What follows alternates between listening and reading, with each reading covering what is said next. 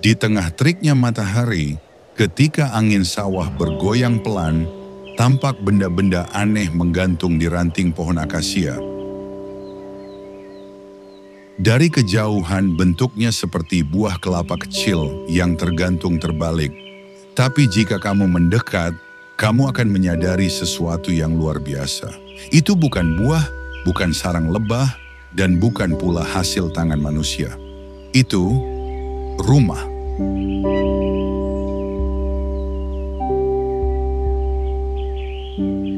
Rumah yang ditenun dari rumput, helaian demi helaian, dengan bentuk begitu presisi hingga tampak seperti hasil rancangan seorang arsitek.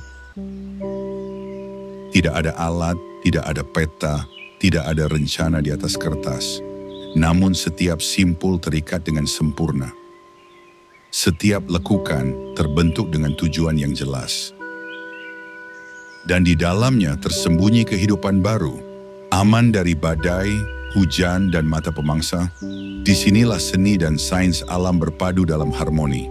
Dan sang penciptanya adalah seekor burung mungil berwarna kuning keemasan. Makhluk kecil yang mampu menenun rumah dengan paruhnya sendiri. Dialah Baya Weaver, sang penenun padang rumput, arsitek mini dari dunia burung.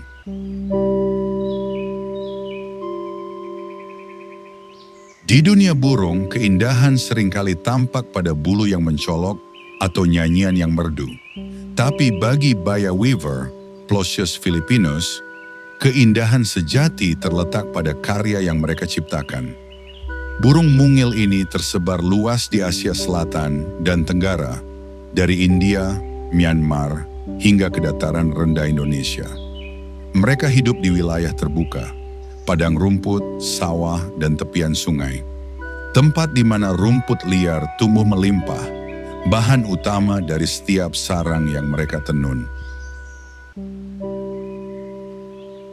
Seekor jantan memiliki tubuh kecil, hanya sekitar 15 cm, dengan bulu berwarna coklat keemasan.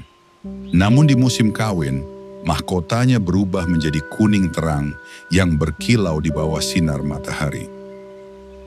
Warna itu bukan hanya hiasan, melainkan sinyal bahwa sang jantan siap mencipta, menenun, dan menantang alam untuk membuktikan cintanya. Ketika musim hujan tiba dan awan tebal menggantung di langit, koloni Baya Weaver mulai bangkit dari keheningan. Suara mereka memenuhi udara, kicauan yang ritmis, sibuk, dan penuh semangat. Puluhan, bahkan ratusan jantan mulai menenun sarang di ranting pohon yang sama. Setiap individu bekerja tanpa istirahat, seperti pekerja seni yang berpacu dengan waktu. Satu pohon bisa menjadi seperti pameran arsitektur mini, dihiasi puluhan sarang yang bergoyang ditiup angin. Sebuah kota gantung yang hidup dan berdenyut di atas air. Dan semua itu dimulai dari sehelai rumput kecil yang akan menjadi pondasi sebuah karya cinta.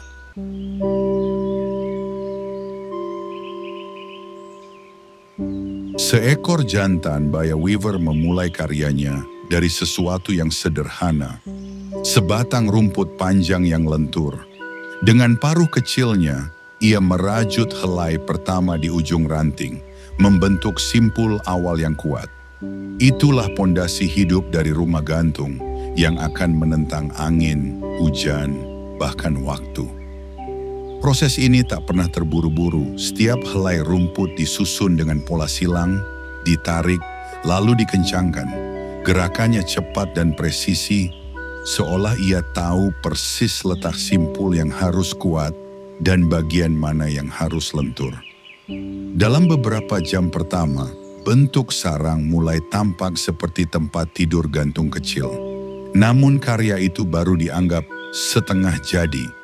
Burung jantan akan terus menenun bagian atas dan membuat terowongan masuk di bawahnya. Lengkungan rumit yang melindungi sarang dari predator dan hujan. Dari kejauhan, Pohon yang dihuni Baya Weaver tampak seperti lampion-lampion hijau muda yang bergantung di udara. Setiap sarang bergoyang perlahan, seolah menari bersama angin sore. Namun di balik keindahan itu tersembunyi kerja keras yang luar biasa. Seekor jantan bisa menghabiskan lebih dari 500 kali terbang, bolak-balik untuk mengambil rumput dan serat tumbuhan. Dan jika satu sarang tak cukup menarik perhatian betina, ia akan meninggalkan sarang itu dan menenun yang baru dari awal. Tak ada yang lebih menggambarkan ketekunan dan kesabaran selain seekor burung kecil yang menenun rumahnya sendiri hanya dengan paruh dan naluri. Ketika sarang akhirnya tergantung sempurna, burung jantan akan berdiri di pintu masuknya, menggantung terbalik, mengepakkan sayap, dan berkicau sekeras-kerasnya. Itulah panggilan cinta seorang penenun. Bukan sekadar nyanyian, tapi undangan untuk menilai hasil karyanya. Betina akan datang satu persatu, terbang di sekitar sarang, memeriksanya dari berbagai sisi. Ia akan menarik helai rumput, mengintip ke dalam, bahkan kadang mencabut sedikit seratnya. Jika struktur itu kuat, bentuknya proporsional, dan pintu masuknya melengkung dengan indah, barulah ia akan masuk dan tinggal. Namun jika tidak, sarang itu akan ditinggalkan tanpa belas kasihan.